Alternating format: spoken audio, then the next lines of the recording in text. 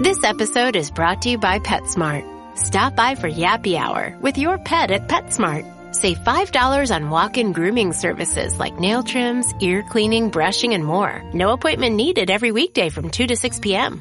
And while you're there, Yappy Hour includes exclusive in-store deals like 25% off pet toys. Visit services.petsmart.com/grooming to learn more. Here at the Almond Joy Factory, where tropical vibes abound, we use soft, fresh-tasting coconut. The crunchiest almonds and delicious chocolate candy. Ah, but do you know what our most important ingredient is? Sometimes you feel like a nut. Sometimes you don't. Almond Joy's got nuts and something even way better than that. Yes, Almond Joy is made with almonds and joy.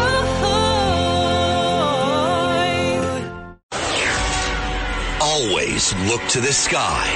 The Dr.Sky Experience is on the air. 77 WABC.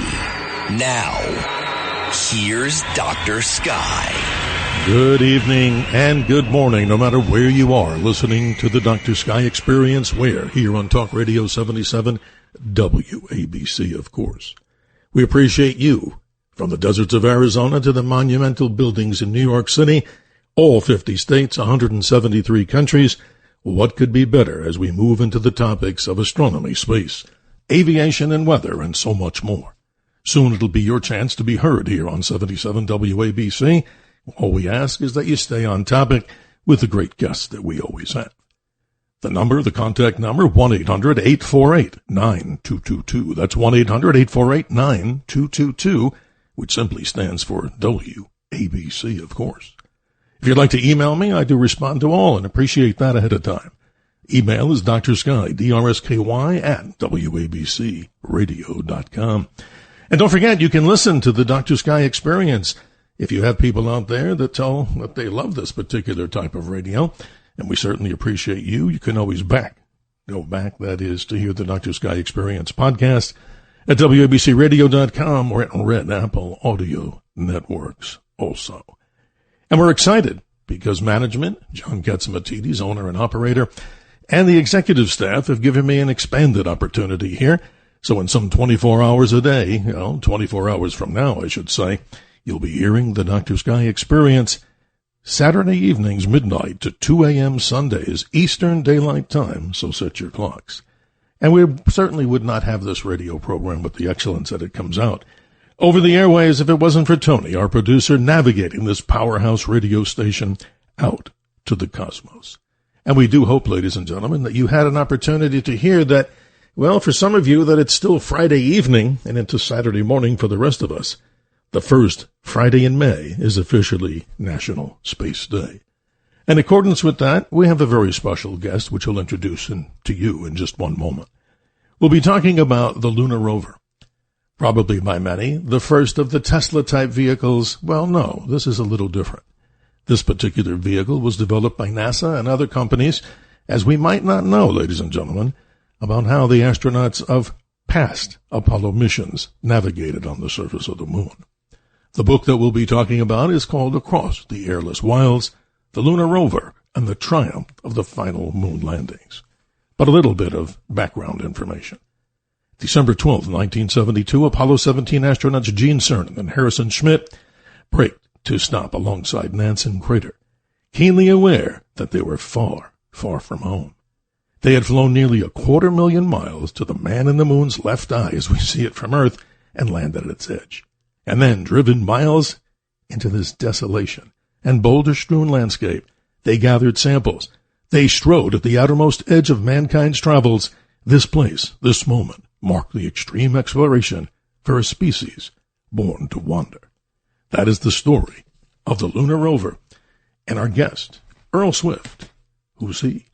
He's the author of the acclaimed New York Times bestseller, Chesapeake Requiem, and a fellow of Virginia Humanities at the University of Virginia. He lives in the Blue Ridge Mountains, west of Charlottesville, Virginia. Well, Earl Swift, good morning. Welcome to the Dr. Sky Experience, and thank you for joining us at this particular time. How are you, sir? Doctor, it's good to be with you. Thanks for having me. Well, this is a privilege and honor, and later in the particular hour, I'm sure people will want to call, and that number just in case you're tuning in right now, 1-800-848-9222.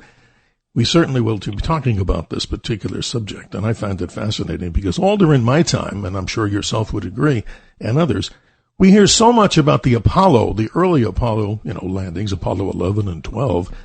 We hear about a very sad event happening with Apollo 13, but very few of us, until I read your book cover to cover, and you and I are no strangers to this, we did this interview a while back. Talk to us about the importance of this book that you wrote, things that people may not know about.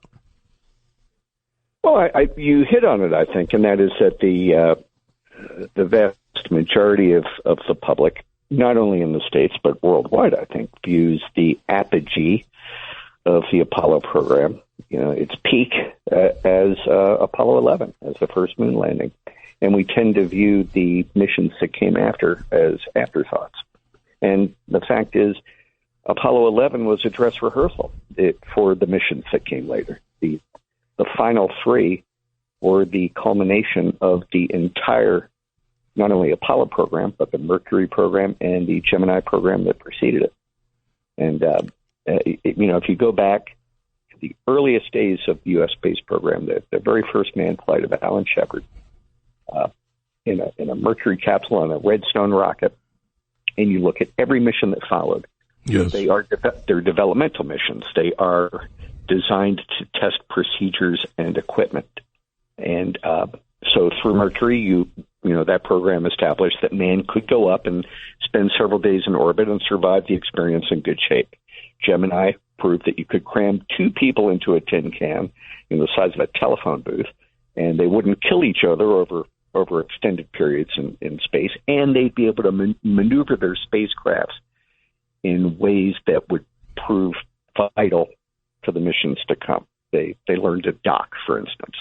Yes, they did. It's amazing. And something. Apollo, go ahead, sir.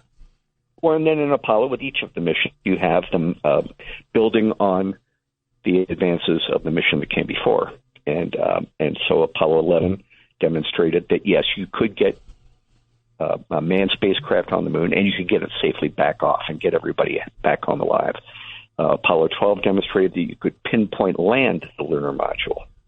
Apollo 13 would have been a Highland expedition that would have built on Apollo 12's ability to pinpoint land and put the spacecraft down in some very challenging terrain. When 13 was diverted, 14 did that mission instead. And then with 15, 16, and 17, you have the development stop because now everything had been tested out. And now you have these spacecraft with a lunar rover aboard going to the most ambitious locations on the moon that NASA could devise and exploring them in ways that were unimaginable just a few years before. Well, folks, if you're just joining us, Earl Swift is our special guest here. The official title of the book, and we encourage people to get a copy of this. If you're an engineering student or somebody who loves history or just somebody who loves the story of the American space program, the book is entitled Across the Airless Wilds, subtitled The Lunar Rover and the Triumph of the Final Moon Landings. It's a Mariner Press book, and it's available, I'm sure, just about everywhere good books are sold. I find this so fascinating, Earl, that when we talked before about this, many of the people who obviously didn't know much about Apollo 13 and what happened, how close they came to a total disaster, and that, of course, in various interviews that I've had with some of the crew there, it's just an amazing story. But let's start off, if we can, because time is always limited here, and I want to get as many people on the air who do have questions regarding this particular subject. Talk a little bit about this. The development of this, from what I'm reading in your book, goes way back to the days of Dr. Wernher von Braun, and even maybe a little bit before that. So describe the early inception of this. Here we're talking about an electric, quote, type vehicle that is in the mind of some engineers, and describe how it got started. Well, if you were going to draw a straight lineage for the rover, it really begins in the early 1950s when Wernher von Braun was one of many authors, but was a principal author for a series of stories about man's future in space in Collier's magazine, which was a big news magazine of the day. And in it, von Braun took readers on a lunar mission. And this lunar mission involved multiple spacecraft and dozens and dozens of astronauts basically setting up a temporary colony on the moon and driving around in huge, hulking, tank-like, fully pressurized mobile laboratories, pretty much. And that were capable of leaving base camp and going off on excursions that lasted 2 weeks. That's incredible. Yeah. Life was cheap back in 1952. Anyway, that became kind of the pattern for NASA's thinking in lunar mobility in the early years of planning moon missions. They pictured, much as von Braun had, a fully pressurized domicile as much as a form of transportation. The astronauts would actually live in a vehicle, and these vehicles would be so big that they'd require their own Saturn V's to reach the lunar surface. And then in 1967, NASA's budget, the lunar program in particular, got cut, and it became clear that there weren't going to be any two rocket missions to the moon during Apollo, and that these huge hulking spacecraft, or land yachts, basically, were not going to be making a trip. And NASA walked away from the idea, just kind of washed its hands of having any rover at all. See, that's great history that we're hearing. It's just amazing that, people think these things come about just in somebody's mind and they wrote it on a bar napkin. And then the next week, the thing was out there. Far from it. But Earl Swift, the caller's rule here on this particular show, and you're lighting up the phone lines, as I would expect with such a great topic here. Let's say good morning to Tyrone in the Bronx. It's your turn to be heard here on 77 WABC with the Dr. Sky Experience. Good morning. Thank you. Good morning, everyone. Dr. Sky, going a little bit beyond the moon, I want to ask you about the universe. They have calculated, when I say they, I mean the scientists, have calculated that everything began about 13 billion years ago, I think. That is correct. Something in that order. Where and how do they come up with figures like that? When in my personal religious belief, we're taught, just like the concept of God, which we don't believe in, but that he exists always and no end. And that's the concept we personally have of the universe. It always exists and it won't end. So the two concepts are exactly the same. Why did they come up with a point of 13 billion? Here's the answer, Tyrone, and I want to try to stay on measure. Your call is very valid here, and also I want to get Earl to comment, of course, as our guest here. But the quick answer from me is they have no specific location in the universe where this happened. It's just a point, infinite point mass. 13.7 billion years ago, the so-called Big Bang happened. It's something that nobody can know exactly where in the universe it happened. It happened out there. I would call it an expansion, not necessarily a Big Bang. But how do they know that? They measure the distance in what they call a spectrum, let's say, of certain celestial objects. And as far as these objects are shifted to the red, this is one of the ways that they can determine distance. But let me defer to my guest right now, Earl Swift. Maybe you want to stab on that a little bit. And Tyrone, I appreciate the call that you're making, but I do want to stay on measure with the subject of the lunar rover. You're a bit outside of my wheelhouse there, Doctor, but hey, that's okay. What I can offer is one anecdote that brings to the fore the tension between the scientific view of the age of the universe and the more religious view, and that is that Charlie Duke, who was an astronaut in Apollo 16, in the course of Apollo 16's travels in the rover at the Descartes Highlands, picked up a rock that was estimated to be something like 4.2 billion years old. It's the second oldest rock that was ever recovered from the moon. The oldest rock was recovered from nearby by John Young, his mission commander. That was 4.6 billion years old. That's old. We're talking the earliest days of the moon and Earth that this rock was created. And Charlie came back to Earth after his moon mission and left NASA eventually when it was clear he wasn't going to get another ride into space, and wound up opening a Coors distributorship outside of San Antonio. That's a pretty good idea. I like that idea.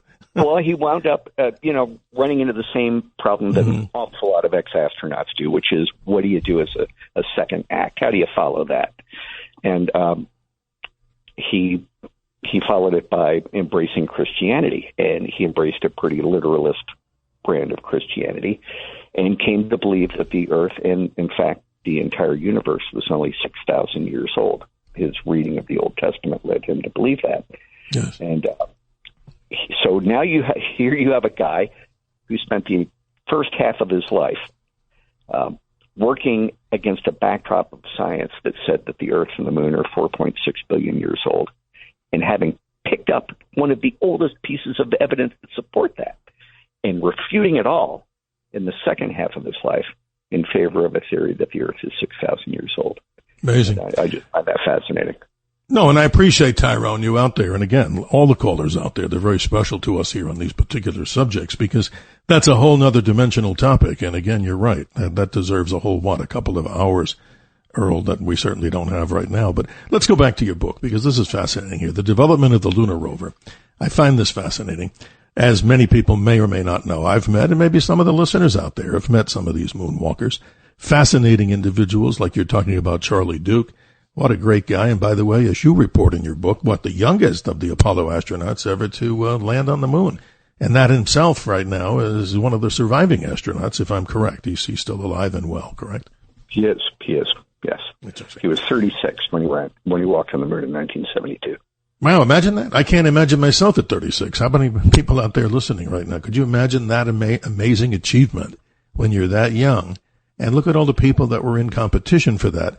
And explain this to us, Earl, that this wasn't just a simple locked-in manifest of going to the moon. In other words, there were changes that were made, right? When things didn't happen right, or maybe somebody got ill, you weren't guaranteed a seat until the rocket motors lit and you were on the way to the moon. So it wasn't that simple of just saying, hey, I'm going to go. Things changed, right? Oh, absolutely. Yeah, I mean, they had a backup crew and a backup to the backup. Basically, in case they needed to swap somebody out. And that backup crew was as fully inculcated into the details of the mission as the primary crew was. In the case of Apollo 16, they swapped out their command module pilot with something like 3 days left to go before launch. See, nothing's guaranteed in life. Let's go to the phone lines right now and continue. We have Robert in Long Island. Good morning, Robert. You're on with Earl Swift across the airless lines. How are you doing there? Okay. The Apollo spacesuits amaze me and always will, because they were custom. They were never made before. This was something completely new, and the material science was primitive compared to what we have now. You bet. Earl, talk about that. I mean, that's amazing what Robert is talking about on Long Island. Well, I mean, one of the rover's kind of unsung advantages, in addition to increasing the range of the crews on the moon, and it did increase those quite a bit. They drove 56 miles in these things. It also increased the amount of time they were able to spend on the lunar surface, and that is directly tied to the suits, because these suits were 21 layers thick, and they weighed an enormous amount. I mean, they weighed 150 pounds. Ouch. And so, yeah. So you're wearing a suit that weighs almost as much as you do. That's incredible. And in the backpack, which was the bulk of that weight, were a series of pumps and tanks that contained the oxygen, the air that the astronauts would need while they were outside the lunar module, and the cooling water for the cooling irrigation underwear that they wore to keep their temperature regulated as they walked around. And that was a very finite supply. Both of those things were, they had a sell-by date on them. You had to get back into the lunar module before you got to 95%, say. And the beauty of the rover is that it slowed down astronauts' metabolism. They didn't have to work nearly so hard. It looks like the astronauts are having a heck of a lot of fun when you look at the old TV footage of them bunny hopping around and skipping on the lunar surface. But the fact it looks like a lot of fun, right? But you to get an idea of what it was like to wear this suit, though, you try sliding on 12 raincoats, one over another. We'll use 12 because 21 you wouldn't be able to get them on. But put a dozen raincoats on, one over the other, tape the cuffs in the bottom of the raincoat, and then pump it full of air to the stiffness of the steel-belted radial, and then try to bend your arm. Oh, yeah. It's not easy. It's pumped with 5 pounds per square feet of pressure, just bending an arm, closing a hand, it's exhausting. And so the astronauts, when they were walking around on the moon, tended to use their oxygen and their water at a pretty fast clip. Once they got the rover, they were able to conserve their strength to a great degree, and their water and oxygen lasted a heck of a lot longer. Well, Robert, if you're still with us, what do you say to anybody? Let me hear your opinion if you're still with us. What do you say to people that say we never went to the moon? Talk about that for a minute, because I wouldn't dare ask that to Earl, because he's going to tell me the same thing. You're damn right we did it. But what do you think, Robert? Seriously, what do you say to somebody who'll say that? Yeah. Oh, heck yeah, we went. Amazing achievement by everyone involved in the program. Totally amazing. Robert, thank you for joining us. I thank you for being part of this family as we continue to move through time and space with great guests that we talk about. So if anybody's joining us for the first time here on this particular radio archive, the Dr. Sky Experience, we talk mostly about astronomy, space, aviation, weather. And for those of you that it's still Friday evening, the celebration, the first Friday in May, National Space Day. And to the rest of us, we say to you, have a happy weekend, but we're far from done. All right, let's talk about this lunar rover. Describe it, because the astronaut suits, as you know, here on regular Earth gravity, you couldn't do anything. So you're 1/6 your weight on the moon. Obviously, the fast track on the development of this, it wasn't just a simple thing. They just didn't put the thing together and say it's ready to go. Talk a little bit in a few moments before our hard break coming up. They had so many iterations of this, and it just wasn't a piece of cake to simply produce one of these. It took a long time with many revisions.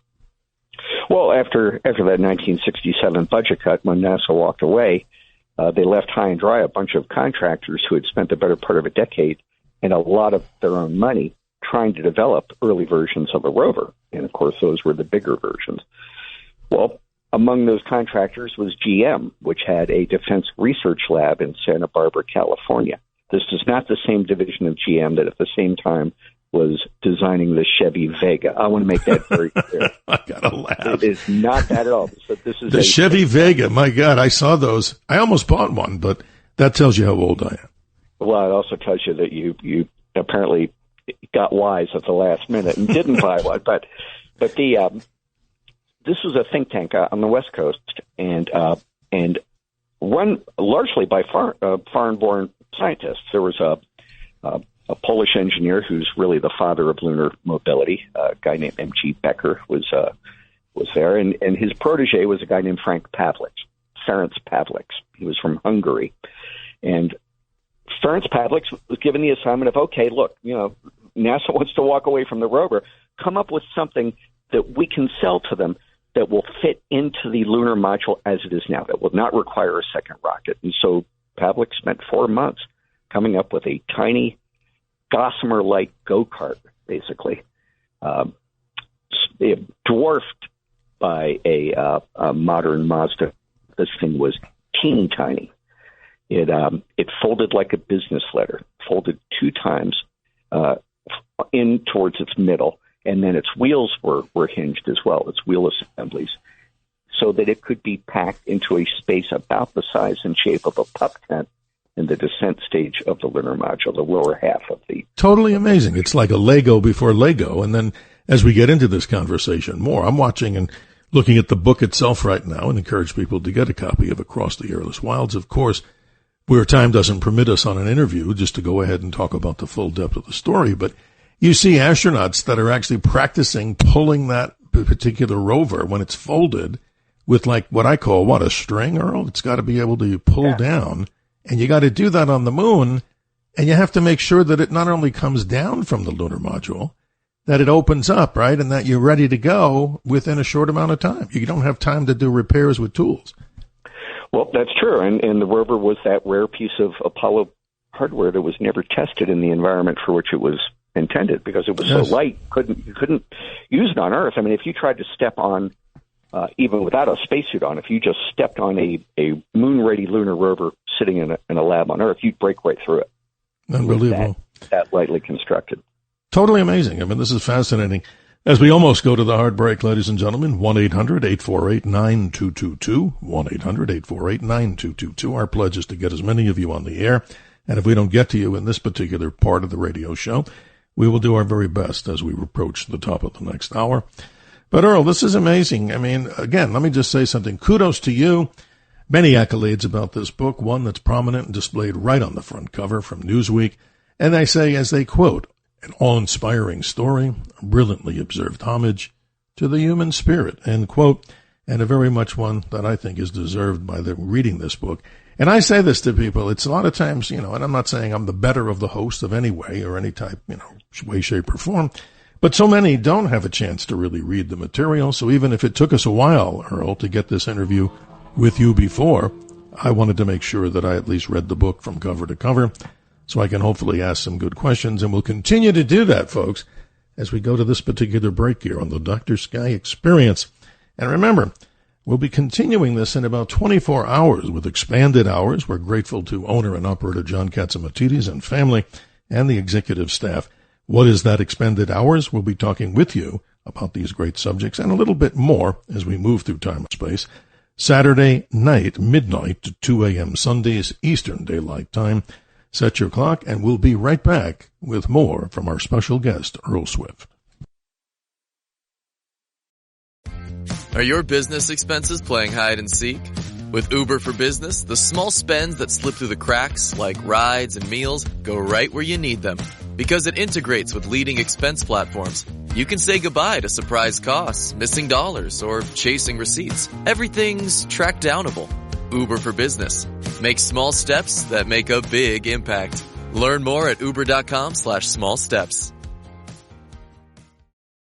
Ryan Reynolds here from Mint Mobile with a message for everyone paying big wireless way too much. Please, for the love of everything good in this world, stop. With Mint, you can get premium wireless for just $15 a month. Of course, if you enjoy overpaying, no judgments, but that's weird. Okay, one judgment.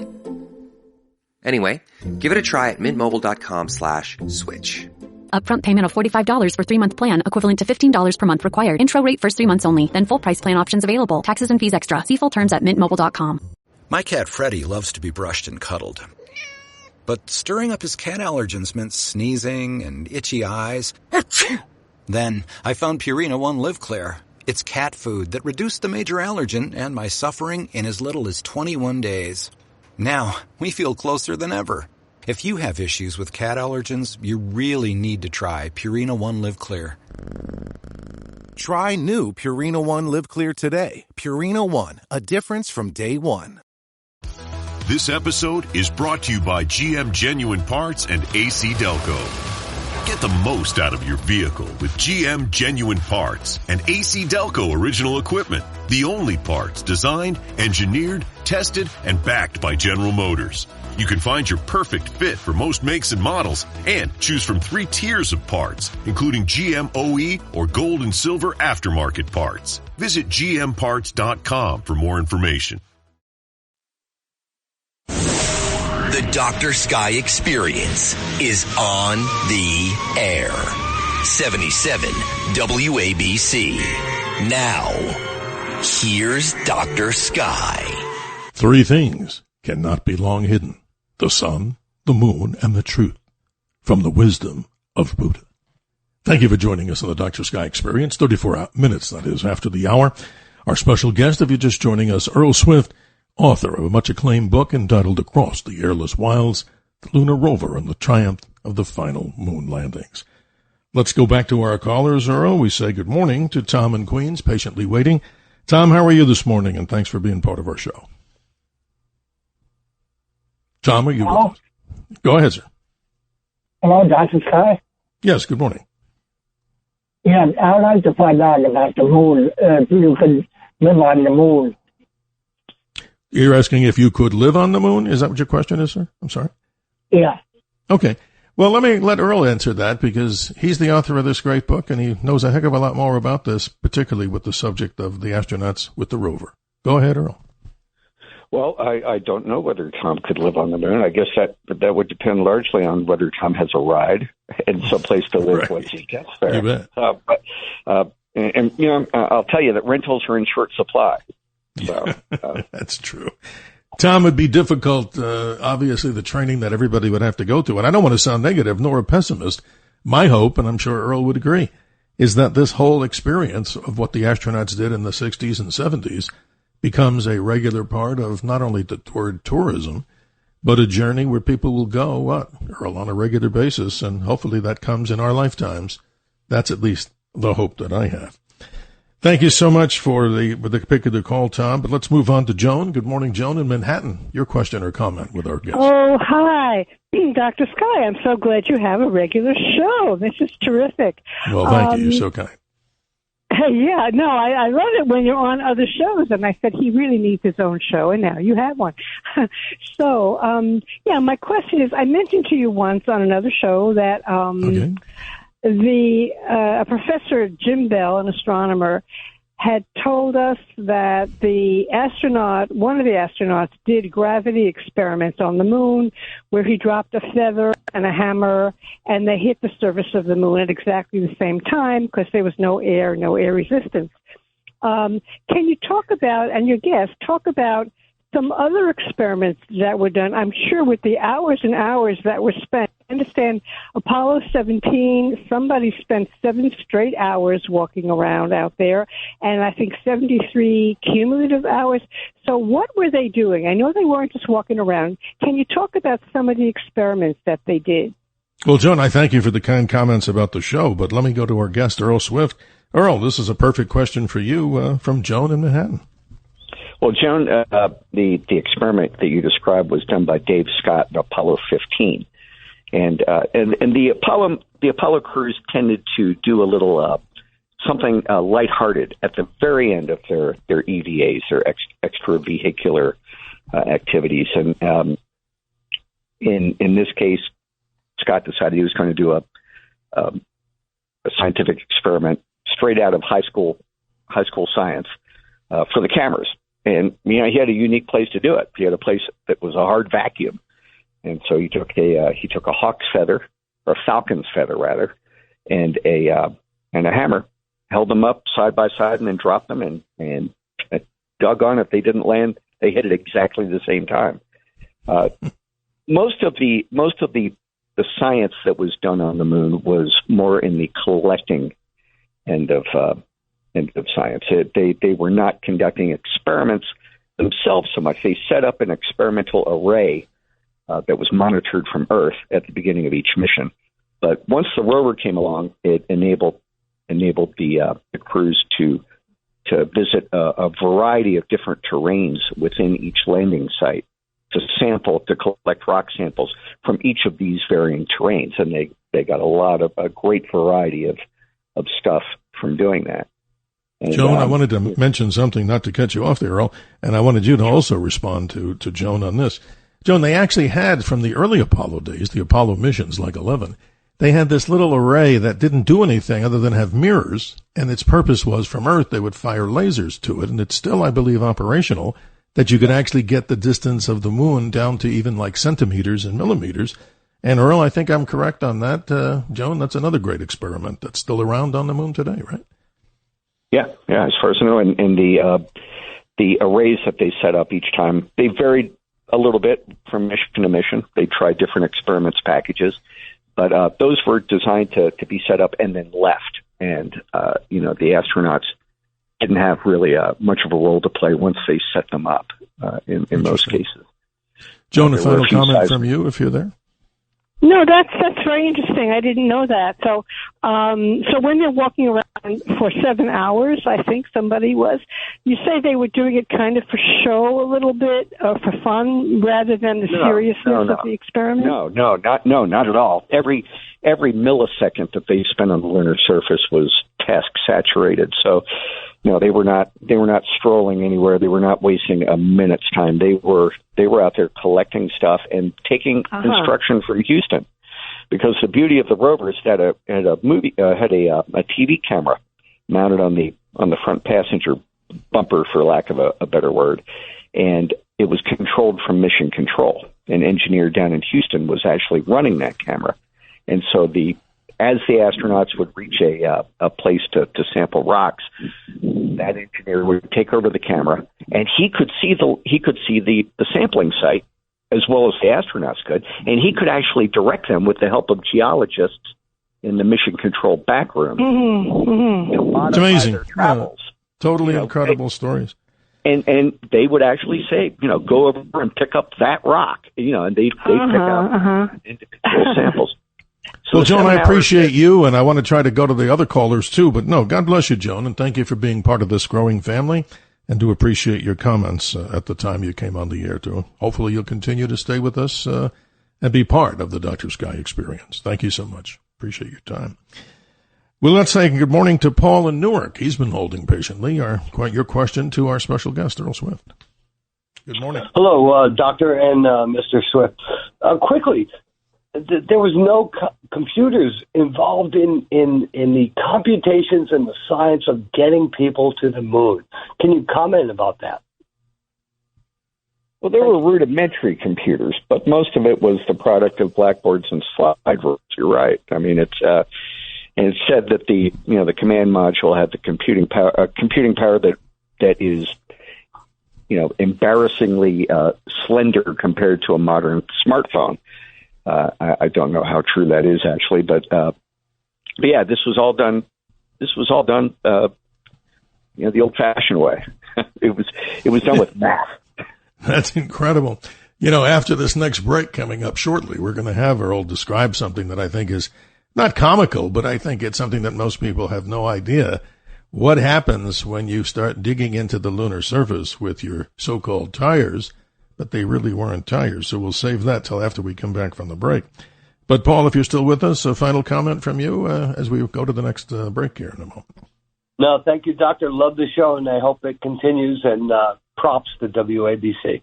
Hey, thank you. And we appreciate everybody listening here, not only in the most amazing city in the world. I'm a New Yorker, and hey, I'm out here in Arizona. You may wonder, well, why am I doing that? But there's other reasons, and they're all good. But hey, once a New Yorker, always a New Yorker. And for everybody listening around the nation, we do appreciate you. What do we talk about in case you're flipping through the dials or going through your internet server and you came across this powerhouse of radio signals? We, of course, ladies and gentlemen, talk about here the science of astronomy, space, aviation, weather, and occasionally some stories of American exceptionalism. I spent a little time in the military and law enforcement. Totally what seems to be a diametric story, but that I find fascinating. But Earl, before we go to the break in a couple of minutes here, just do the best, and I know you will. Describe this rover. I mean, it's powered by what? How fast can it go? And then talk to us about how far it actually went on the moon in all of these missions, the one missions that we call the J missions, Apollo 15, 16, and 17. Well, the rover, as I mentioned, was tiny. It was light. It weighed on Earth. The first rover weighed 464 pounds. The second weighed 462. The third weighed 470. On the lunar surface, that comes out to be about 78 pounds. And so at 460-ish, we're talking a vehicle that weighed just a little bit more than a single astronaut in his spacesuit. And it was powered by two 36-volt batteries, neither of them rechargeable. Those fed a quarter horsepower electric motor in each wheel hub. So all told, the rover had 1 horsepower of motive brawn. Which sounds like nothing, but they were in 1/6 gravity, and these little electric motors had an awful lot of torque. They produced a tremendous amount of torque. So you weren't going to smoke the tires on the thing, but you could get up to a steady cruising speed of 6 to 8 miles an hour pretty easily on rough terrain, and that's about as fast as you would want to go. When you're sitting in this thing, the passenger seats were glorified beach chairs, and you sit way up high, and you're cinched into your seat because your spacesuit is so stiff, pumped full of air. You're cinched into your seat. That's the only way you stay seated, is that seat belt has basically folded you in half. And that's amazing, Earl. We're going to have to jump out to the moment here, as we call breaks in radio, as you know. But hey, I just purchased another motorcycle yesterday, and it weighs 465 pounds. So that little tiny 2-wheel thing I have, imagine how light that really is, the lunar rover. More important, ladies and gentlemen, we'll be taking a break right now. More with Earl Swift, and he'll tell us an interesting story that you probably never heard about with the lunar rover and how they fixed something using some common technology that you and I might have right in our own home. More on the Dr. Sky Experience as we rejoin Earl Swift. Hilton brings you new ways to stay. With experiences that let you capture the glory days. Introducing the Graduate Hotels. Each inspired by local college towns, these stays are always original and never boring. Get in touch with traditions all across the country and enjoy a stay that's a class above the rest. Book at Graduate Hotels with Hilton Honors Points at Hilton.com. It's a win-win. Hilton, for the stay. Finding a new job is stressful. But with Indeed, it doesn't have to be. Just fill out your Indeed profile with your skills, experience, and desired salary. The more you fill out, the better your matches will be. And hearing from hiring managers will be 2 times more likely. Relax. That's your Indeed profile sending opportunities your way. Indeed, the world can work better. USAA knows dynamic duos can save the day, like superheroes and sidekicks, or auto and home insurance. With USAA, you can bundle your auto and home and save up to 10%. Visit USAA.com/bundle. Bundle savings are off total premium, not available in all states or in all situations. To qualify, auto policy must be active prior to property policy issue, subject to change. Restrictions apply. Membership eligibility and product restrictions apply and are subject to change. USAA means United Services Automobile Association and its affiliates, San Antonio, Texas. The PC gave us computing power at home, the internet connected us, and mobile let us do it pretty much anywhere. Now generative AI lets us communicate with technology in our own language using our own senses. But figuring it all out when you're living through it is a totally different story. Welcome to Leading the Shift, a new podcast from Microsoft Azure. I'm your host, Susan Ettlinger. In each episode, leaders will share what they're learning to help you navigate all this change with confidence. Please join us. Listen and subscribe wherever you get your podcasts. The Dr. Sky Experience is on the air. 77 WABC. Now, here's Dr. Sky. How else can I keep my reputation as a miracle worker? Well, by listening to the Dr. Sky Show. What a little moonlight can do. I can't change the laws of physics, Captain. The man for that is Dr. Sky on the Dr. Sky Show. Well, we thank Scotty from Star Trek. What a little moonlight can do. Wait a while till a little moonlight comes peeping through. The words of Billie Holiday. 48 minutes after the hour as we continue to move to the top of the hour, but still, your calls are always important. And the questions that you have, but I want our special guest, Earl Swift, tell us this most amazing story that I know you're just boiling over to tell us because I find it rather humorous. We're on the moon, Apollo 16. What's happening to them as they're sitting there with those beautifully white spacesuits? Well, fairly late in the mission, John Young was walking past the right rear end of the rover, and he had a hammer sticking out of the shin pocket on his spacesuit, and the hammer grabbed a hold of a fender extension over the rear wheel of the rover and ripped it off. Now, this is a pretty minor, low-tech problem. You've got half of your fender missing, big deal. Except that when they got back into the rover and started driving away, that wheel started throwing up a rooster tail of moon dust, and it threw it over the rover and onto the astronauts and onto the batteries of the rover, onto all of its sensitive electronics. Now, when we look at the moon, it looks bright and silvery. But if you're on the lunar surface, that lunar dust is charcoal gray, almost black. And it's a really fine, almost graphite-like material that is not only slippery, but it's gritty as well. It's abrasive. And if it gets into any sensitive moving parts, say the rings that connect an astronaut's helmet to his suit, it'll foul them. And if it gets on sensitive electronics that have to be kept cool to work, and that sun without an atmosphere to diffuse it hit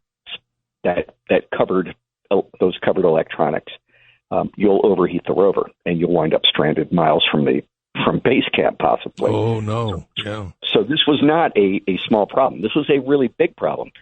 And Apollo 16, luckily, it happened late in the mission. They were able to get through it okay. They got filthy, absolutely filthy, but they were able to keep things together. Then on 17, before the first drive is even underway, Gene Cernan walks by the right rear end of the rover and doggone if he doesn't snag that same fender extension and rip it off again.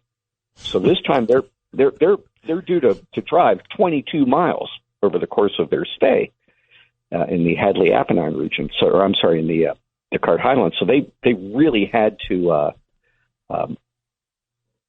Taurus Lithro. I'm sorry, that's where they were.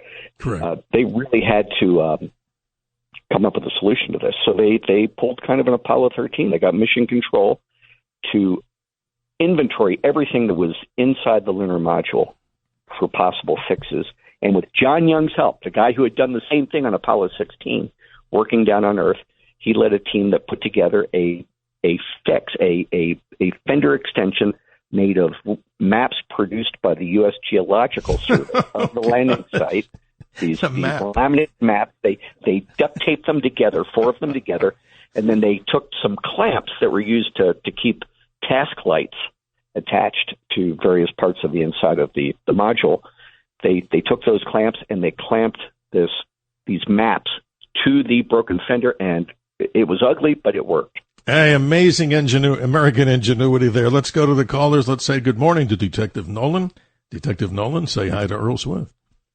Good morning, Earl. Good morning, Dr. Sky. Thank you for taking my call. Question. Yes, sir. Regarding the moon and its gravity being 1/6 of the Earth, let's say hypothetically we were able to establish a residence on the moon that could enable people to stay there for like 10 years, blocking cosmic radiation and so on and so forth. What would happen if we conceived a human baby, on the moon, and in a 10-year period, how would it develop in 1/6 gravity? Great question. Oh, hey, I can talk to you all day about rovers, but I don't know nothing about birthing babies. Well, there you go. I don't want to help you along on this, Earl, because I'm not qualified either. Detective, that's probably one of the best questions I think I've ever heard about, because who knows? I mean, maybe what we should do in a follow-up here on the Dr. Sky Experience, and Earl, you'd be part of this too, we'll get somebody that can explain this from the medical side, because I don't know, imagine, maybe, wouldn't we both say, Earl and Detective, that might be a little easier to deliver that baby because of the less gravitational pressure? Wouldn't that be common sense? But maybe I'm out of my realm. What say you guys? I don't know. I think it might be harder. I think gravity works for you. Detective Nolan, any other follow-up? Because we both scored a 0 on the answer on that, in my opinion. But Earl did better. Detective, any follow-up on that we can go back to the rover? In zero gravity, from what I understand from previous guests, there is a certain amount of bone demineralization on humans. What causes the demineralization of bone in zero gravity? That's a good question. And again, I'll have Earl jump on that if you have some experience, but I'm going to bail out on that one. Sorry to say, but I'm afraid, Detective, that I'm no good to you. Sorry. But Detective, we are taking notes on this. This is not going to go into the airless wilds, no pun intended to the name of the book. No, we're going to check this out. So you know what? I'm going to make a note of this myself, and I think I have some resources that we can, if you're kind enough, sir, Detective, to follow up with us on this, I'm going to get you some better answers. Or how about we even get that guest? Wouldn't that make sense, Detective? That would be a good way to answer this question about the medical side of space travel. And I think I have a few people in mind, but we'll ask them first if they want to comment. Detective, thank you for being part of the show. I always appreciate your questions. And wow, if this was a game show, Earl, I think both of us got kind of stumped. But you know what? We're honest guys. So there you go. Let's wrap it up and talk about you and the book. How can people get in touch with you? And again, the book itself, Across the Airless Wilds, the Lunar Rover and the Triumph of the Final Moon Landings, an amazing story, one that opened my eyes because I had never heard this information before. I always thought it was something that they popped out, like in an oven, being facetious. And there's a longer path to developing. So you get the final say here. Yeah, to answer your first question, I have a website. People are free to visit that, earlswift.com.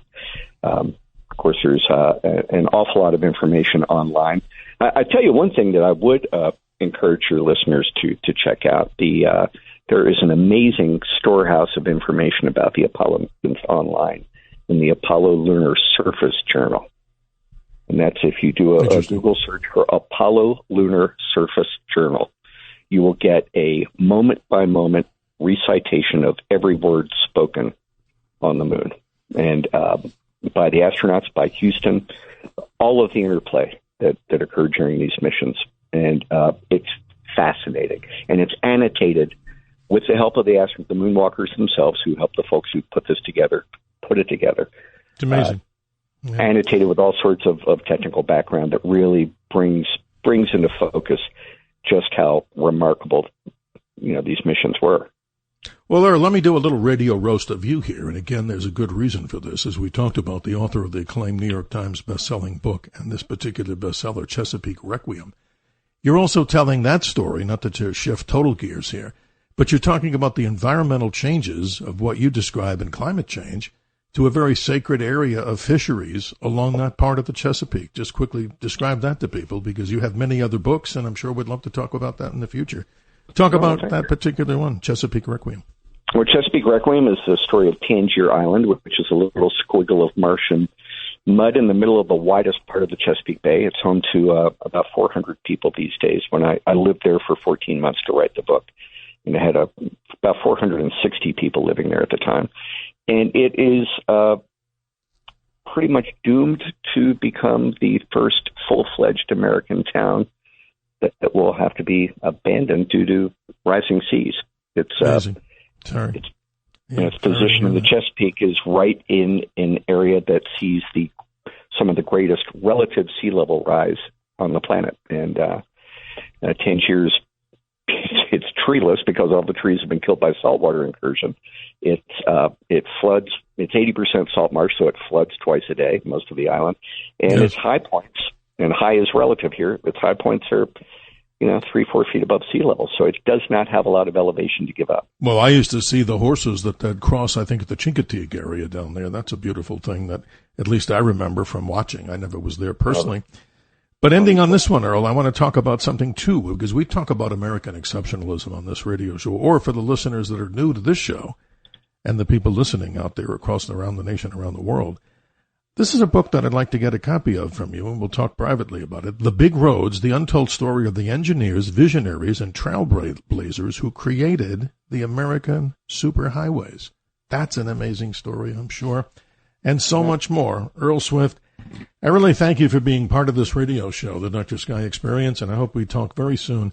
And to our Detective Nolan, a very good friend of the radio show, we're going to do our best, at least we will get back with future shows to talk about what happens with a guest expert on that area of medically, what happens to long-term space missions. But luckily, all these astronauts in your book, that's amazing. So how far did they actually drive in total mileage, if you want to put it to a total mileage on the odometer on the moon? 56 miles. That's amazing. For an object, folks, that, as you know, 2,159 miles. I'm here in Phoenix, Arizona. New York City, of course, would be the other destination, the home of this powerhouse radio station, WABC, Talk Radio 77 WABC. That's the diameter of the moon, and you're talking about that many miles from a little vehicle that was created by the genius of these engineers a long time ago. Earl Swift, thank you for your time. I appreciate you and all the listeners. As we come to the top of the hour, more in hour number 2, some surprise guests, and I'm sure you'll enjoy it as we get to talk more about what happened with the story of the drones, the UFOs, and other things that you'll find our special guest, who has a lot to say about even more of these particular subjects, with China, Russia, and all other sources that are in the news. We'll be right back.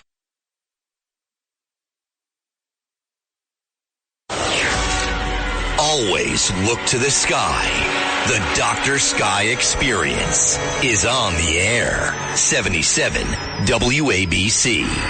Now, here's Dr. Sky. Welcome to hour number 2, ladies and gentlemen, and welcome to your weekend as we continue to fill your mind with many mysteries that go on above our heads, the normal topic that we talk about, astronomy, space, aviation, and weather, and your chance to be heard here on 77 WABC at 1-800-848-9222, 9222. Simply, how creative is WABC, of course. If you'd like to email me, it's just DRSKY, Dr.Sky at WABCRadio.com. And in case you have other friends that you're sending this out to social media, telling them that they really need to hear a show like this to be part of it, we appreciate that. They can go to the Dr. Sky Experience podcast at WABCRadio.com and RedAppleAudioNetworks.com. You know, folks, we appreciate all of you out there as we talked about National Space Day with a recognition about the Lunar Rover and how it was developed with our special guest, Earl Swift. But in this particular hour, a newcomer not to the broadcast medium, but to this particular radio show, and I hope he'll be part of our show in the future. We introduce a gentleman right now, a little bit about him. His name is Jeff Nyquist. J.R. Nyquist is an American political analyst and independent researcher specializing in communist subversion strategies and weapons of mass destruction. He has published thousands of articles over the past 3 decades in his personal blog in the media outlets such as Financial Sense, WMD, and Epoch Times. His other books are The Origins of the Fourth World War and The Fool and His Enemy. And to get in sync with what we're talking about here, we now relate this to what he has in his podcasts and blog about the book called The Lies We Believe In, China, Russia, and the Communist Revolution in America, but more to the point about what might lie behind these drone sightings, the great drone mystery, and other UFO subjects. Maybe it's China, maybe it's Russia, who knows for sure. But good morning, Jeff. It's nice to have you on this particular archive as we move through time and space. How are you this morning? I'm doing good. Thanks for having me. Appreciate it. I know it's late for you or early for some, but always a good time to talk about these particular subjects. You know, I've followed you for many, many years, seriously, listening to you on the Art Bell program on Coast to Coast. And I was always fascinated by the conversations that you would have with Art and many others out there. But in this particular frame of interview, I wanted to see how much we could talk about in great deep discussion with you and the callers about some of the articles that you've written and some of the things on your blog that relate directly to what's going on and the possibilities of why are we never getting any answers to the drone situation, which is near and dear to the people in the Northeast, and obviously the big listening audience in the New York metropolitan area, the home of this radio powerhouse. Talk to us about yourself and the books that you write so we can understand who you are a little bit better and how you got started in this whole fascinating subject. Yes, well, my main interest was strategy and what was happening in the Cold War and, you know, big picture questions like where is everything headed? How do we understand things? Mm-hmm. Can we see into the future by using, you know, social science? And of course, it gets weirder when you start to look at people who have made successful predictions in the past, and you think, how could that be? For example, Abraham Lincoln having a dream shortly before his own death of his own assassination, and it turning out to be true. Just one story out of history that is pretty well documented. Sure. So the thing is that a lot of the things we think are true about history and politics are not. All the things we know are true that are conventional, that blah, blah, blah, that's fine. A lot of what we do think is true, but we get major things wrong because we think we know things that we don't. And we have answers that we prefer. To make it seem convenient, to make it seem smooth, so we don't want to hear the bad news or what's behind the curtain, so to speak, correct? Yeah, we live in a market society, so think about it this way. In order for people to invest in the market, they have to believe there's a good future, that they can make money, that, for example, so you can't believe that there's going to be a nuclear war because you would invest in the stock market. You can't believe there's going to be a depression that wipes out all markets.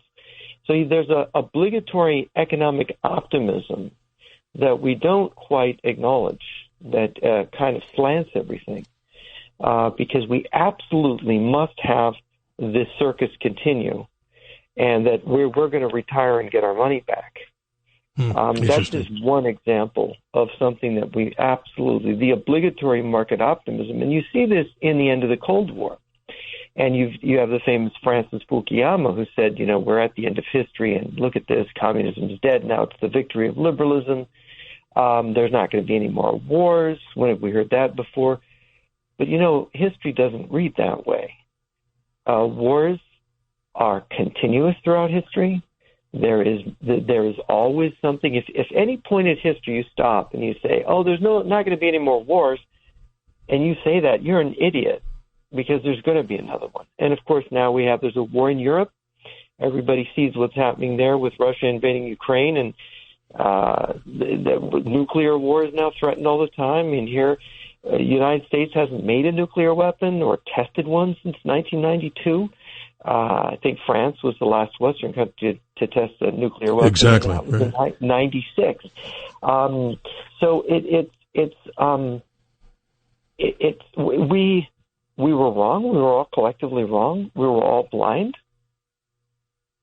Well, this is interesting that you bring this up. I mean, again, the title that I'm trying to tie into this whole concept, as your blog describes in great detail, I want to get into that, about the lies we believe in. In other words, you tell it so many times, people believe it, but in legacy media, we keep hearing all these things. And, we don't have the time to go into each an example, but I'm sure in future iterations of this, we'd like to go to that. But the reason I wanted to have you on is to talking about the book, The Lies We Believe In. Let's talk about this whole UFO subject, because for so long, and I've studied this, so many people out there listening across the nation, around the world, they've had sightings. We'll go back to a brief description of what happened in the fall of 2024 in the New York metro area and all points around the country where they're seeing these drones and things like that. And then our own government, whether it's the Biden administration, even the Trump administration, they haven't given us definitive details of what research aircraft are, so we're not supposed to worry. But that's what I'm trying to say. I mean, this is something very interesting. You're a very deep thinker, and I like people who are critical thinkers that can actually think about problems like this, that for most people, because we're so busy, right, Jeff? I mean, most people don't have the time. How do you make the time to worry about the world or think critical thinking-wise? So that's why I'm bringing you on here, and I'm appreciative of this. So the lies we believe in, let's try to relate that to this whole concept of the UFO story, because why have we never been told? I mean, what's your deeper explanation of why we've never been told? What's the big deal here? I don't understand it with all the evidence of people seeing things. Well, you have a number of profound minds. There were people back in the 1960s who thought that they were going to crack the UFO mystery. They were going to find out what was really going on. They were going to reveal that the government knew. They were aliens visiting the Earth. And John A. Keel was a writer and a journalist who was one of these people. More recently, there's a book out on which is a lot of his letters when he was doing this investigating, it's very interesting to read. When he says in there, I think I can crack this thing. And what did he find out? He ended up writing a book called Why UFOs Operation Trojan Horse. And he ended up saying that this thing is not from outer space. Really? I didn't know that. I mean, I would think just the opposite. So he was a debunker of the whole extraterrestrial visitation thing, as you're saying. Well, and Jacques Vallée, the more famous and long-lived, I mean, Keel is dead now. Vallée is still alive doing things baffling. He's written books on these different angles of the UFO mystery. So he doesn't say absolutely there can't be from outer space, but in one of his definitive works, the book is called Dimensions, and it was written now, this book was written, I think, about 35 years ago. Actually, it's further than that. Okay. And he says, and that's after he'd studied it. He'd been studying it for 40 years at that point. And he said, the evidence is not pointing to another planet. It's interdimensional. Now he even says things like, well, I don't know if there are dimensions. And he has this TED Talk, The Future of Physics, which is really mind-blowing. Yeah, it is. It's like the quantum story, right? Moving into the quantum realm, where that's another potential answer to what these extraterrestrial or interterrestrial craft might very well be. Right. Well, you're moving towards both Keel and Vallée end up following the same path, but they're very different men. One's a journalist, the other's a scientist, and the path is they're headed towards ontology and metaphysics, which is, what is the universe? What is this thing that we're in? and some of the oldest questions about the universe and its nature. And of course, there was Donald Hoffman recently wrote this book, The Case Against Reality, which, is a mind-bending title. He's a UC Irvine professor. And what he says in the book, he's going through the most recent discoveries in physics and saying, one of the things in the book is space-time is dead. But to boil it down, as a non-physicist, and you've got people like Bernardo Kastrup and stuff who are saying, look, he's an idealist. He's saying that physical reality is secondary. It's a secondary reality. Wow. Powerful stuff here, Jeff. Yeah. Yeah, the ultimate reality is not the physical reality. And this, to philosophy students, this should be pretty familiar because it's what Arthur Schopenhauer says in The World as Will and Idea, and it's what you find in Aristotle's Metaphysics, and when he talks about the unmoved mover, and it's even in Plato and the allegory of the cave. This is fascinating. I just want to remind everybody, 1-800-848-9222. If you'd like to get in our conversation here, what we're trying to focus and stream it down. Our special guest, Jeff Nyquist, is really amazing. He's an author of so many books, many in the geopolitical world. We're trying to tie the subject here of why we're never told the truth, and obviously not to sound naive.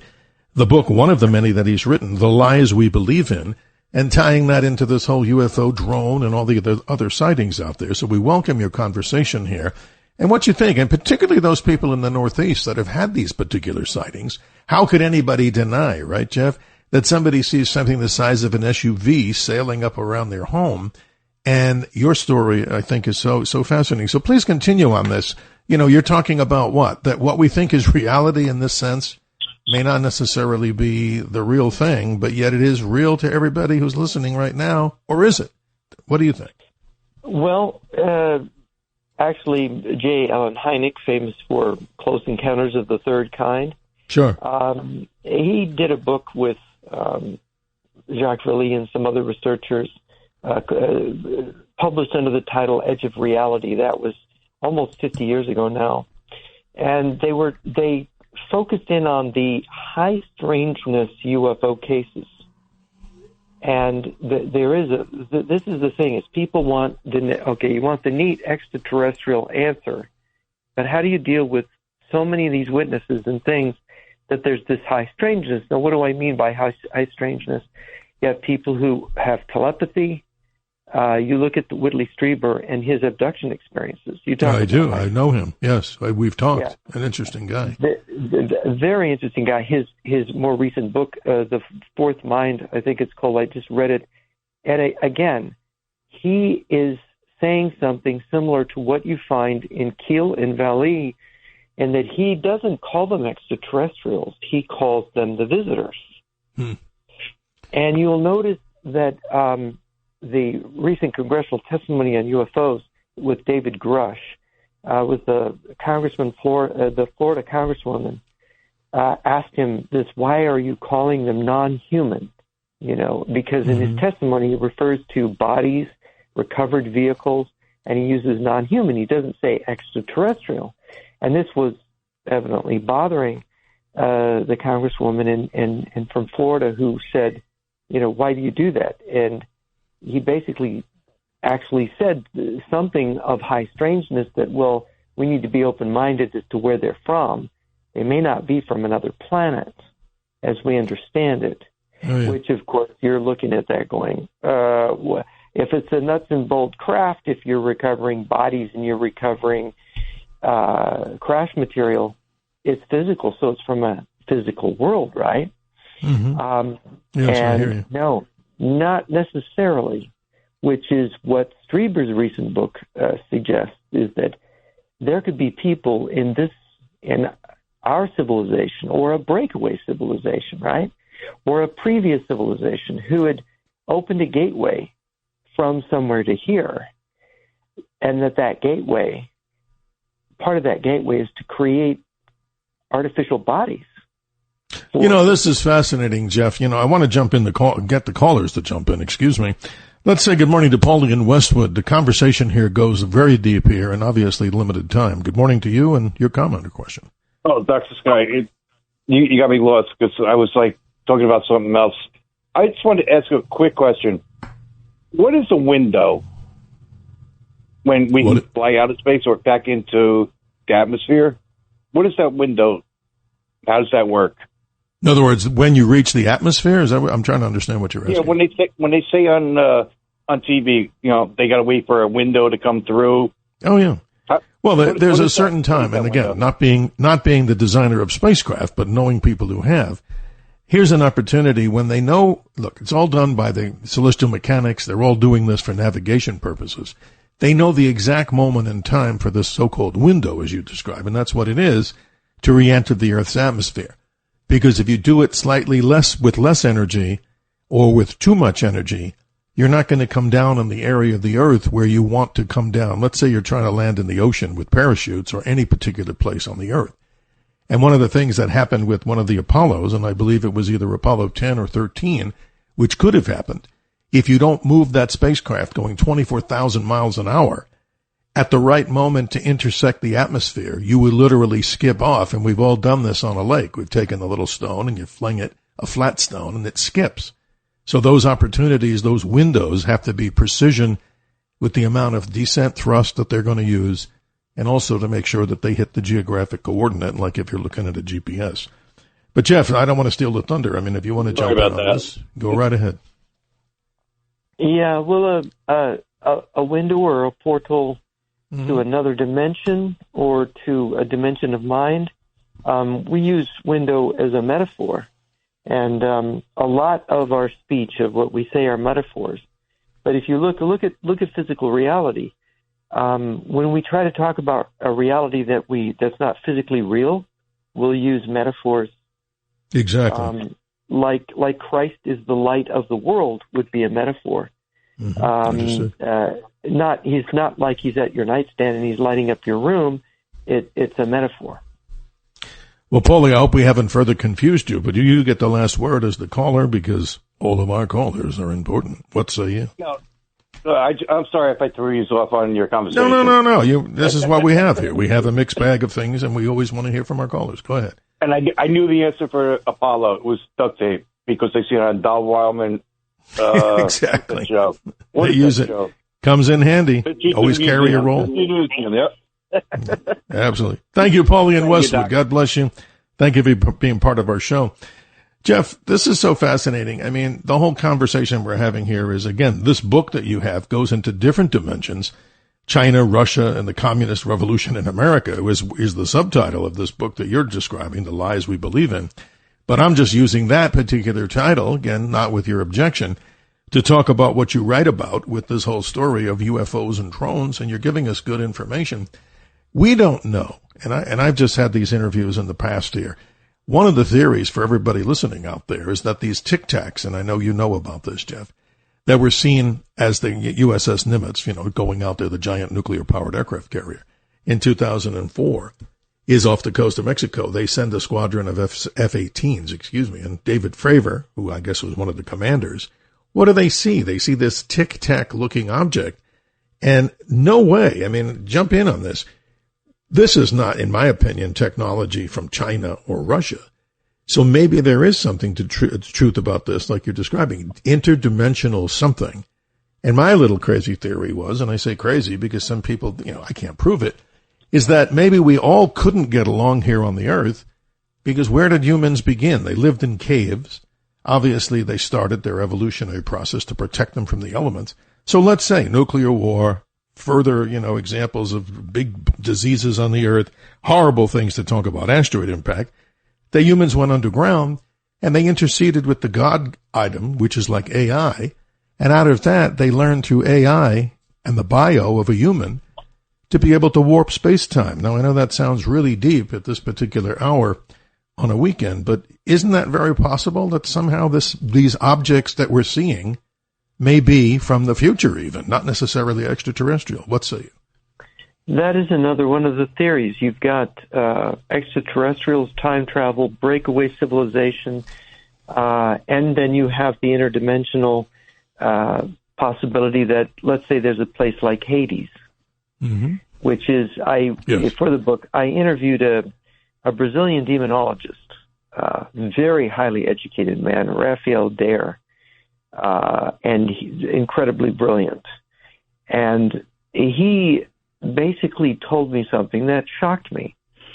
He said, look, where did we get all our ideas? What is a muse? What are the muses that the Greeks talked about that gave inspiration to the poets? Well, they're basically daimonic. We use the word demon. They had a different word. It didn't mean the same thing to them that it means to us. And he said, that's your inspiration. All of our science, all of our medicine came from that. And then you have Peter Kingsley's book, Reality. Peter Kingsley's an expert on Parmenides, and he has this theory. He goes to Parmenides, fragments of Parmenides' great poem, saying, look, and Parmenides was the inventor of logic who inspired Aristotle. He said Parmenides was an incubator. And incubators were people who went into caves. They'd go into a cave for like 3 days. They would have a kind of a death experience, a near-death type of experience.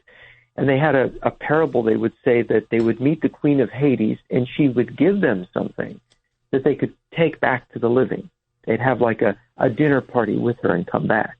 That was sort of the story. And that this is how science arose in Greece. That's amazing. I mean, that's why we're glad we have guests like yourself, because like I say, this is really stuff, critical thinking, deep analysis through historical documentation, which, you can't fake that. And the whole conversation that we're having here with our special guest, Jeff Nyquist, ladies and gentlemen, he's an author, written many, many books. The book that we're kind of centering around with his title, The Lies We Believe In. What's the lie? Well, maybe we've been told that this is a manifestation of our imagination, this whole UFO subject. And I'm bewildered that I can't figure it out myself, having studied it just like he. But we're up against a hard break at the bottom of the hour here. But, Jeff, when we come back, I'd like to go back to your J.R. Nyquist blog, the title of that, of course, and I'm reading this, The Great Drone Mystery, UFOs, and Chinese Spying, and so much more. I know this is mind-boggling stuff. Your questions and comments, 1-800-848-9222. Ladies and gentlemen, we'll be right back with more great radio. Out here, there's no one way of doing things, no unwritten rules, and no shortage of adventure. Because out here, the only requirement is having fun. Bank of America invites kids 6 to 18 to golf with us. For a limited time, sign them up for a free 1-year membership, giving them access to discounted tee times at thousands of courses. Learn more at bankofamerica.com/golf with us. What would you like the power to do? Bank of America. Restrictions apply. See BofA.com/golf with us for complete details. Copyright 2025 Bank of America Corporation. McCrispy strips are now at McDonald's. I hope you're ready for the most dippable chicken in McDonald's history. Dip it in all the sauces. Dip it in that hot sauce in your bag. Dip it in your McFlurry. Your dip is your business. McCrispy strips at McDonald's. At Capella University, you can learn at your own pace with our FlexPath learning format. Take 1 or 2 courses at a time and complete as many as you can in a 12-week billing session. With FlexPath, you can even finish the bachelor's degree you started in 22 months for $20,000. A different future is closer than you think with Capella University. Learn more at capella.edu. Fastest 25% of students. Cost varies by pace, transfer credits, and other factors. Fees apply. At the Hyundai Getaway Sales Event, get deals so right, it almost feels wrong. Now's the best time to get that Hyundai you've always wanted. Plus, every new Hyundai comes with America's best warranty and 3 years or 36,000 miles of limited complimentary maintenance. Don't think you can get away with all that? Think again. The Hyundai Getaway Sales Event. Visit your local Hyundai dealer today. It's a great day for a new Hyundai. This is the Dr. Sky Experience. Always look to the sky. 77 WABC. Now, here's Dr. Sky. Hi, this is Shirley McLean. I am having a wonderful time talking to Dr. sky. Since I've spent a lot of my time looking up, I love to discuss what is underneath. And always remember to keep your eyes to the sky. Well, here we go, ladies and gentlemen, at 32 minutes after the hour. I thought something appropriate to read to the wide, vast audience of WABC. Two possibilities exist. Either we are alone in the universe, or we are not. Both are equally terrifying. A quote from the great author, Arthur C. Clarke, as we move through time and space. Jeff Nyquist is our guest. We're centering the conversation around one of his book titles, The Lies We Believe In, and why have we been lied in many people's estimations about the whole concept of UFOs? What are these manifestations? Is it something in the quantum realm? Is it something from our future? And of course, one of the things we want to talk about is his blog. The title of this particular story is The Great Drone Mystery, UFOs and Chinese Spying. Let's talk about that blog that you wrote back in December, a very prime time for the drone sightings. You talk about Chinese spying here. I mean, you're a person who talks in the geopolitical world. Give us information about why you might believe this might be Chinese in many ways, and what we're not told as the truth. Well, it's because, well, look at drones in warfare. We are seeing in Ukraine that drones are killing, from the Ukrainian side, 70% of Russian casualties now are caused by Ukrainian drones. That makes drones the premier weapon. And drones are used by the Ukrainians to penetrate deep into Russian airspace to attack Russian strategic bombers as far away from Ukraine as Engels, which is where one of the Russian strategic air bases is. That's incredible. And why? Because drones are small. They can travel close to the ground. You can't track them that easily or intercept them in the way you can intercept an aircraft or a missile. And so drones are becoming ubiquitous, and they're being produced for war by the tens of thousands. And if drones can penetrate into the airspace of Russia in wartime and actually damage Russian strategic bombers, why would we be immune to drones that could be launched from a Chinese ship at sea or from Mexico or Canada, from some kind of secret setup somewhere? I mean, the Chinese own warehouses and businesses all over North America. It's a possibility. And does the government want to admit it? And is the government running the drones themselves? That's one story you get. And our own government is doing the drones. Well, let's hope that's not the case. But here we go. According to your article, and I'm quoting here, Newsweek magazine of December 18th, a Chinese national was arrested on December the 11th for allegedly flying a drone over and taking photographs of Vandenberg Space Force Base in Santa Barbara County, California.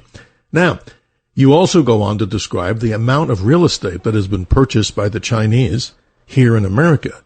And you go on to further describe, in your words, let's hear that this might be the staging location for some of these drone sightings that are occurring all over the U.S. as far as espionage on our own, military bases. Well, what say you? I mean, that's a fascinating theory. But whatever happened? Why didn't we ever hear about this Chinese national? I never heard this until I read your blog. Just as the Russians don't want to admit to how vulnerable they have been from Ukrainian drones, the United States military especially doesn't want to admit that we have that same vulnerability. Okay. And right now, the Italian government caught Chinese drones being disguised as farming equipment being smuggled into Libya through Italy. Wow. So amazing. That's fascinating.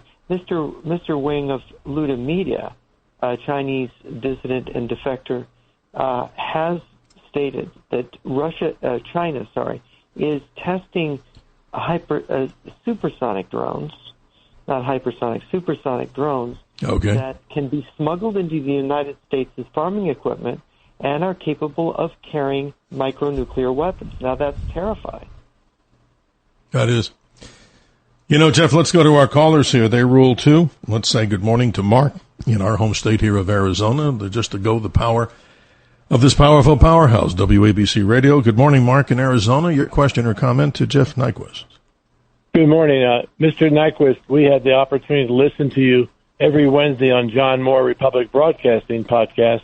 And for years we've listened to you, and you always have some great information.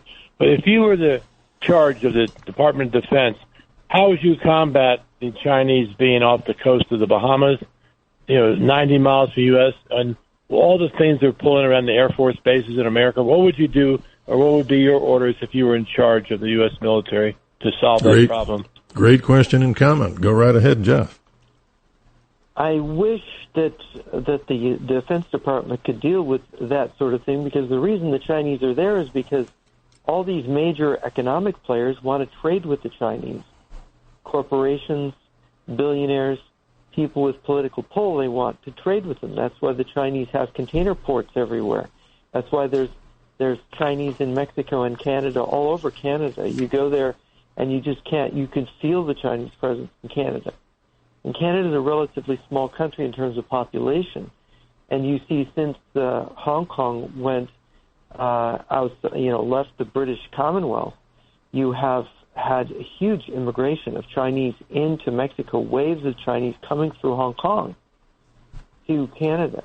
So Canada's population increases from 29 to 30 million to 39, 38 million today, and half of that increase is Chinese. That's amazing. That is amazing. Mark, you get the last word as we move on. Go ahead.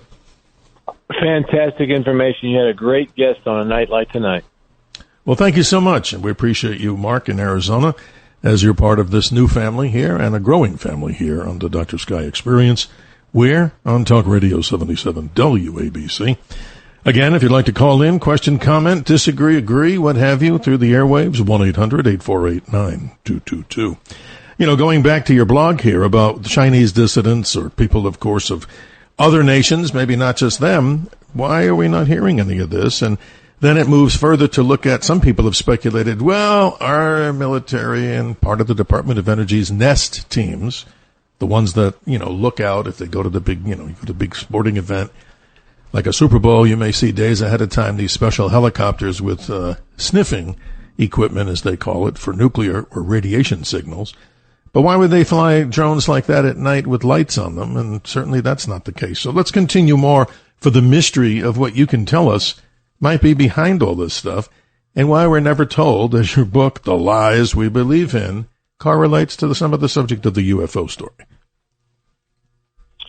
Yeah, well, the thing is that obligatory optimism that I talked about, that market optimism, is so powerful in our society that the society itself can't face certain dark realities. One of the dark realities we've had trouble facing is the reality of, what comes with modern progress is nuclear weapons. We were anti-communists without bomb shelters during the Cold War. How many people had bomb shelters? How many people got ready for nuclear war? How many people are really preparing? Precisely. It's expensive. It's difficult. The government didn't want to do it. John Kennedy committed to doing it. He got it past the House. He wasn't able to get it. It got abandoned on its way to the Senate. So we never got full-on civil defense in this country. The Russians had it at that same time. They had massive civil defense. Under all of Russia's major cities are huge bunkers and tunnels going into the subway system, blast shelters. We never developed that. That's amazing. We're kind of vulnerable, to say the least here. But some of the other books, I'd like to talk with you in detail on some of these other books another time. And they, as you know, you're the author of these books. I'm very proud to be the author. The New Tactics of Global War. You have The Fool and His Enemy. Back from the Dead, the story of Vladimir Putin and the entire return of, as you described, the evil empire, the Soviet Union, now Russia. And then the origins of the Fourth World War and the coming war. This is amazing stuff that we can talk about. But I want to do this, if I may. Let's go to Don in Long Island. We're going to get as many callers as we can here on the show. Good morning, Don. Your question or comment to our guest. Good evening, gentlemen. To my knowledge, sightings of UFOs and other unidentified objects seem to be on the same scale and size as our vehicles, which kind of indicates to me that maybe they're not coming from outside our solar system, because if another planet was exploring or sent vehicles here, they wouldn't necessarily be the same size as, our vehicles, they probably would be much larger or much, much smaller. So I'm just thinking that maybe all of these sightings are from maybe the future or some other dimension. I just wanted to hear your comments on that. Very good, Don. Yeah, I was saying that before, Don, but let Jeff respond here, because this is a deep subject, and he's a critical thinker like you, and appreciate your call. So here we go. Well, there's a mystery in some of these drones. They don't seem to conform to what the usual pattern of drones are. They're certainly, if they're drones, they're not following the pattern that our own drones are supposed to follow when they're flying in our airspace. And then, of course, there's some of the performance characteristics of the reports, taking in all the witnesses. These things seem to be a level above any kind of drone that Russia or America or China could produce, which adds further mystification. So what's happening? I mean, are there UFOs, and then we're sending drones to chase the UFOs? And then this is an amazing story. Nobody really has an answer on this, but Don, we're going to hold you over here if you can stay with us as we come up to this break in another moment or two, because I want to ask you some questions too, because people are seeing these type of things. And what I was talking about before, I'm not always right on everything and certainly don't want to be. Just want to be accurate in the reporting and honest if I don't know. And the same with our guest here. But this whole concept, Jeff, about something from a futurist view, as Don might be talking about, maybe it's not an extraterrestrial craft that's coming to the Earth through the light speed thing from star systems. That is a kind of an amazing subject as we talk about it. So let's go to this next break here, and then we'll come back.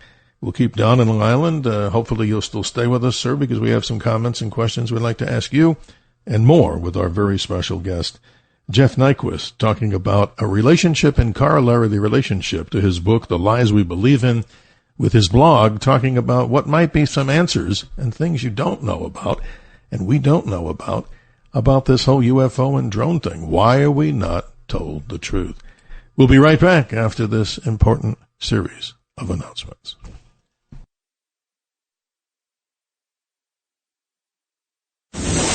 This is the Dr. Sky Experience. Always look to the sky. 77 WABC. Now, here's Dr. Sky. And welcome back at 47 minutes after the hour as we move to the top of the hour. We connect with Don. We told him we'd hold him, and we do appreciate your questions and comments to our very special guest, Jeff Nyquist. Don, if you're with us, we never gave you a chance to respond back, so you got the floor. Thank you. Well, I have witnessed a drone. I was at the beach, Jones Beach, here on on the South Shore of Long Island, and again, this vehicle could have been manufactured anywhere here. It was the size of a car. It had 4 legs, and it came from out in the ocean, hovered over the shoreline for maybe a minute or so, and then went straight up and disappeared. But one thing I do remember, there were no markings. Usually if it's a government vehicle, most government vehicles, whether, even if it's military, there's identification on them. There was none of that. So I have no idea where it was from, but it was real. I mean, this thing was right in front of me and then went straight up and disappeared. That's what we're saying, Don. You're testifying to seeing something, and nobody seems to want to give an answer. Or again, the secrets lie behind the door. And Jeff, your response to Don. Go right ahead. Thanks for the call. I have a question. What sound did it make? Did you hear any sound? There was no sound. It was silent. Nothing. It was there, but you didn't hear it. There was no means. I couldn't hear of any means of propulsion. Nothing like that. Well, this is amazing because, again, the bottom line is let's get some answers out there from those that are in the know. And we know that somebody knows what's going on here, so we're not hearing the truth. Thank you, Don. Yeah. Appreciate your time. Thanks for being part of our show. Let's go to Al in New York City. Al, good morning. You're on with Jeff Nyquist, and our subject, of course, about the mystery of why we're never told the truth about the whole UFO phenomenon. What's your comment or question? Al, are you with us? Well, I guess he's not. Well, Jeff, this is fascinating. Okay, go right ahead. Good morning, Al. Sorry. Hey, how are you, Dr. Sky? And I'm doing hello to well. your Thank guest. you. Go ahead. Yes, I just want to say a few things as far as, when they say that they went deep into Soviet territory with those drones, and also that they're coming from offshore with us, it's quite possible also that, guess what? They just have partisan supporters nearby on the Ukraine side, and they're within miles or eyesight actually, bringing these drones up in the air from there, you say? And the same with over here, when we think, well, if it's coming from the ocean, it could be, like you mentioned, they have thousands of warehouses. For instance, did you know that the premier right now of China was here in Iowa, I would say 2012. You see on a picture on a John Deere. Right, they're buying up land everywhere. And you need to turn your radio down, though, so we don't get the reverb. Yeah, I apologize. My phone, the screen is black right now. I can't see nothing. All right, I'll get off the air. Thank you. No, thank you for calling. Jeff, this is fascinating because what we're saying in your article is talking about this. And we're still hearing the echo there. We have to cut out there. Okay, sorry. No, Jeff, so the listeners can hear this clearly. This is interesting. Your whole blog talks about the fact that these drones could be housed in these different countries, locations, buying up all this land. But then again, it begs the question, why are locals not reporting them coming out the back door of the warehouse? Isn't this a most amazing story, Jeff? Yes, it is an amazing story. And it's, to have a drone that makes no noise, that rises in the air vertically, that's disturbing. We shouldn't rule out the possibility that there are advanced technologies, cutting-edge things that the United States, China, and or Russia possess. This is a frightening aspect to this. I think Ross Coulthart, what's very interesting in his approach, and he got into this, he was the Australia 60 Minutes guy that wrote the book In Plain Sight. He has pointed out that anti-gravity or gravity-drive propulsion was being discussed by all the major engineering magazines back in the 1950s. Suddenly you get into the early 1960s and it's all mum. It's all silent. Totally gone, right. What happened to it? So, exactly. Yes, something. And then there's the rumors or stories out of the Third Reich that the Germans were working on a new kind of propulsion that they weren't able to develop, that both the Russians and the Americans got a piece of. Is this the aftermath of this? 80 years later, that suddenly this is now able to be developed? Jeff, you bring up so many questions that beg answers right now from all the people out there, myself obviously included. No knowledge base is without a finality, so we're going to continue this, I'm sure, with you as time permits. How do people get in touch with you? You're an interesting individual on many subjects, geopolitical, and also relating our topic that we have this morning. Tell us how people can get in touch with you. My site is jrnyquist.blog, jrnyquist.blog. And, of course, my email contact is on there. And I encourage people, we have a forum where people can post things. And, of course, I learn, just like you learn from your callers, I learn from my readers. It's amazing. Yeah, I've been hearing you a long time ago. This goes back, Jeff, as you know, you were the person doing the interview back with the great Art Bell at Coast to Coast AM, and that's how I remember you, and obviously communicating through a very interesting way. I know that without naming the individual, I met a person here in Arizona who just out of the blue, we were having a conversation, and that person, who shall remain nameless for his own privacy, he turned around and said to me, there's an interesting person out there. And he mentioned your name. And I said, oh, yeah. I said, I remember him back in those days, like I described. So give us the title of some of these other books that you've written here. We have a few more minutes, and then I'd like to give a little sky report here for people who, of course, listen to the show to see what they can see in the heavens. Well, the origins of the Fourth World War I started working on in 1987, and I call it my workbook, and it was the first book I published. The reason is I realized from surveying the defector literature, the major defectors were predicting that the Soviet Union was going to collapse, and they were saying it was going to be staged. It was part of a false liberalization. The defectors, Anatoly Golitsyn, Jan Shena, Zaslav Bittman, and I thought I had dismissed it initially on reading it. When I finished my survey, I said, oh my gosh, they're going to do it and our people will believe it.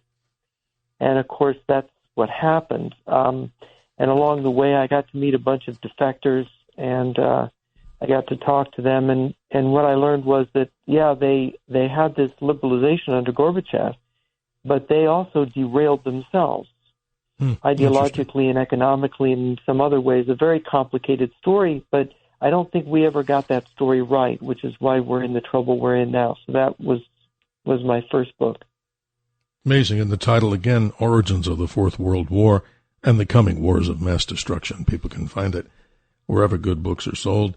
And a couple of others before we go to the top of the hour. This is fascinating on a whole different level of topics, not just in the subject of space and the sky and astrophysics and space and quantum mechanics.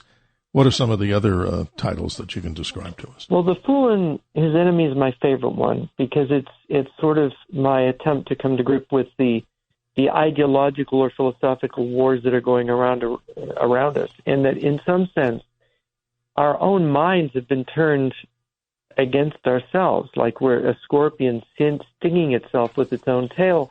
A lot of the narratives we end up telling ourselves that we learn in school, that we learn from the media, it turns out that we're actually find ourselves against ourselves in our thinking, all twisted around. And so I begin that book using a kind of standard narrative showing how I end up attacking myself. Interesting. And that look at immigration policy, having no borders, being a nation. What does all that mean? You're a racist if you have borders, are you? Do you have to be against yourself then? Just one example, and it's like, well, how enlightened are we? Do we have to blow ourselves up? We're so enlightened. It turns out that there's some ridiculous, it's almost like something out of Gulliver's Travels, where you end up going to what is it? Was it Mars? He ends up going to, and they're learning how to build a house from the Lilliputians, roof down. right? You bet. The Lilliputians, how to build a house from the roof down, and how to reconstitute human feces back into its constituent food so people can eat it again. No, thank you. There you go. Quite a bizarre tale, I'm sure. But no, we do have, I'd say we're almost at the top of the hour, but one more time, just give out your ways people can get in touch with you. And then I want to give a brief sky report for people who love seeing things in the positive way in the night sky. jrnyquist.blog, jrnyquist.blog. Thank you. Thank you, Jeff Nyquist, for being a guest here discussing many of the things from your blog, and I'm sure we'll be talking again in the future. Just a reminder, ladies and gentlemen, we continue this radio show with expanded hours. Grateful to John Katzimatidis and family and the executive staff some 24 hours away as we start again Saturday night, midnight, into Sunday morning, 2 a.m. Eastern Daylight Time. Always great guests, and we certainly want to remind you that is 1-800-848-9222 to get in touch with us. So here, as we move to the top of the hour, we want to thank our producer, Tony, because this radio show would not be possible without the navigation of him and this powerhouse radio station, which I'm sure is beamed well out into the cosmos. You hear 50 states, 173 countries. It's an honor to be here. But in conclusion, the beautiful month of May starts off with the moon reaching its first quarter on Sunday. You can see it high in the sky in the south, moving to that position where it sets by around midnight. And then an interesting meteor shower taking place called the Eta Aquarids from the constellation Aquarius, Monday night into Tuesday morning, looking in the southeast if you have dark skies. All those, quote, shooting stars, tiny debris about the size of beach sand, or maybe a little breakfast cereal, little particles like granola, traveling 130,000 miles an hour and incinerating in the upper atmosphere, all from, guess what? A comet you may never have seen. They call it Halley's Comet, mankind's comet that comes around once every 76 years. And a beautiful full moon as we move on to the 12th, this beautiful full flower moon, the month of May. And let's not forget to say hello, hug, and honor all the mothers out there. Mother's Day coming next Sunday. Thank you, Tony, and thank you, listeners. Steve Cates signing off for now on this particular radio show, the Dr. Sky Experience, where on Talk Radio 77 WABC. Have a great weekend, and health and happiness to all.